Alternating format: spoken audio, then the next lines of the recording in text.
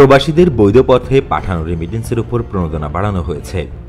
আগে এই প্রণোদনা 2% ছিল, তবে 2022 সালের প্রথম দিন থেকে তা বেড়ে 2.5% করার ঘোষণা দিয়েছে অর্থ মন্ত্রণালয়। অর্থ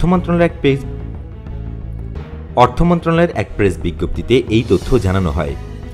রেমিটেন্সে সরকারি প্রণোদনার পরিমাণ বাড়ানোর এই বিষয়টিকে প্রবাসী বাংলাদেশি কর্মীদের জন্য প্রধানমন্ত্রী শেখ হাসিনার পক্ষ থেকে নববর্ষের উপহার হিসেবে উল্লেখ করেছে অর্থ মন্ত্রণালয়। বিজ্ঞপ্তিতে বলা হয়, মানুষের সার্বিক জীবনমান উন্নয়ন, বৈদেশিক মুদ্রার রিজার্ভ বৃদ্ধি, মানি লন্ডারিং প্রতিরোধ, কর্মসংস্থান সৃষ্টি ও বাংলাদেশের অর্থনৈতিক উন্নয়নে প্রবাসীদের পাঠানো রেমিটেন্স অত্যন্ত গুরুত্বপূর্ণ। সেই বিবেচনায় বিদেশে কর্মরত বাংলাদেশি শ্রমজীবী মানুষের কষ্টার্জিত বৈদেশিক আয় বৈধ উপায়ে দেশে প্রত্যাবাসন উৎসাহিত করার লক্ষ্যে রেমিটেন্স পাঠানোর বিপরীতে সরকারের 2% প্রণোদনা বা নগদ সহায়তা প্রদানের বিদ্যমান হার বাড়িয়ে 2.5% নির্ধারণের সিদ্ধান্ত নেওয়া হয়েছে।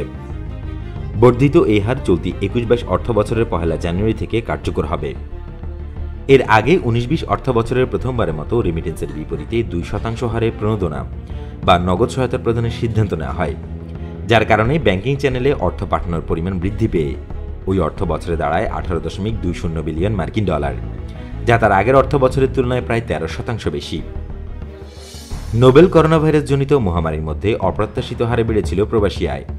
অর্থনীতির প্রতিটি সূচক বিধ্বস্ত হলেও চাঙ্গা ছিল রেমিটেন্স প্রবাহ। 2020-21 অর্থ বছরে প্রবাসীরা রেকর্ড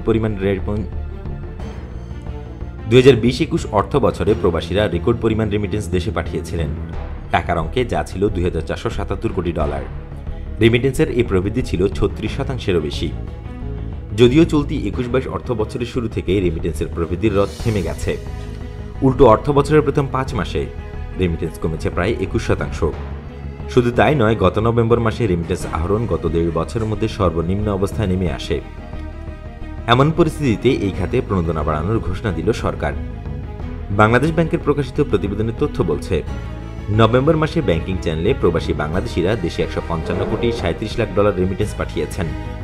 প্রবাসী আয়ের এই অঙ্ক গত বছরের নভেম্বরের চেয়ে 25% বা 52 কোটি 50 লাখ টাকা কম।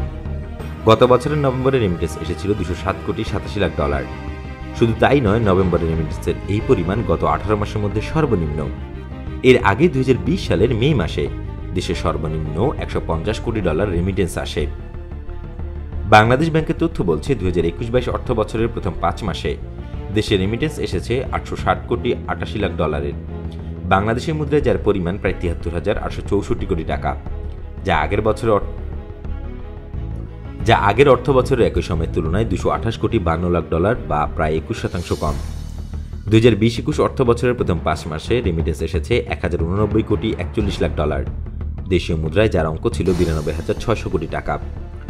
প্রতিবেদনের তথ্য বলছে, 2021-22 অর্থ বছরের অক্টোবর মাসে দেশে রেমিটেন্স এসেছে 164 কোটি 68 লাখ ডলার, সেপ্টেম্বরে এসেছিল 172 কোটি 67 লাখ, আগস্টে 181 কোটি ডলার, যা তার আগের মাস জুলাইয়ের চেয়ে 6 কোটি 14 লাখ ডলার কম।